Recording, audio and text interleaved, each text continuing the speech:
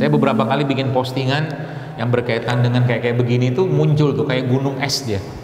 Ada yang benci sama orang tua, ada yang dendam sama bapaknya, ibunya, suaminya, wah macam-macam, karena jamaahnya kebanyakan perempuan, yang komen bisa perempuan, bapak-bapaknya nyingkir biasanya. Ya, tapi sama, ya, sama aja dalam artian bahwa kalau itu tidak diperbaiki, ya, atau dibersihkan dengan amal ibadah kita, ya, maka justru malah itulah masalahnya atau masalah terbesarnya. Ya, nah, bagaimana aplikasinya supaya kita bisa merasakan itu?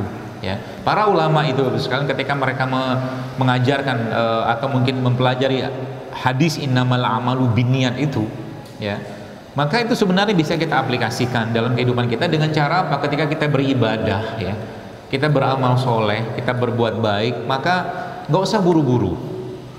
Ya, sebelum bahkan kita mengerjakan itu, tenang dulu sebentar, terus minta sama Allah. Ya, minta sama Allah. Mintanya seperti apa? Semoga kita bisa bertawassul dengan itu.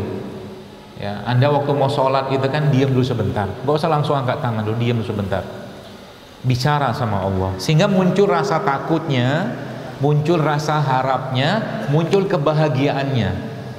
Ya, waktu sholat apa aja, apalagi sholat sunnah itu jauh lebih kita bisa pakai aplikasikan, meskipun sholat secara umum itu kata Allah kan ista'inu atau wasta'inu bisobri wassalat, mintalah pertolongan pada Allah dengan sholat dan sabar.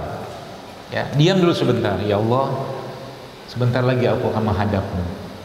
Ngomong sama Allah dalam hati aja, sebentar lagi aku akan bersujud kepadamu. Sebentar lagi ya Allah, engkau izinkan tanganku ini untuk bertakbir. Wih, kalau Anda lakukan begitu, Bu, bisa waktu takbiratul ihram itu bisa nangis kita.